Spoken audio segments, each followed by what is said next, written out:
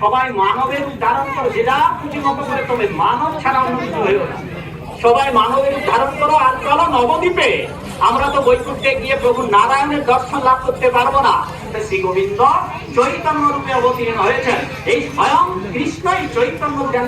আর সেই পরমেশ্বর ভগবান যিনি অনাদিরাদি গোবিন্দ, সেই পরমেশ্বর ভগবান এই পাপীকে গিয়ে নিত্যানন্দের করুণায় ধ্যানস্থ হয়ে জানলেন দিয়েছেন। ওই মুহূর্তে নরকে তাদের যে খাতার তালিকার পাপগুলো লিখা ছিল, বাবা মাগো চৈতন্য মহাপ্রভু হরে কৃষ্ণ কৃষ্ণ কৃষ্ণ হরে হরে, হরে রাম রাম রাম হরে হরে।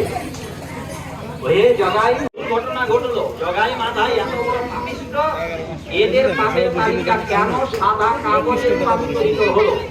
তিনি তপস্যা করে জানতে পারলেন, ও কি আনন্দ, কি আনন্দ, কি আনন্দ! ব্রজেন্দ্র নন্দন যেই সতীর্থ হইল সেই, বলরাম হইল নিতাই, আবার ব্রজ হতে নদিয়ায় সেই এসেছে।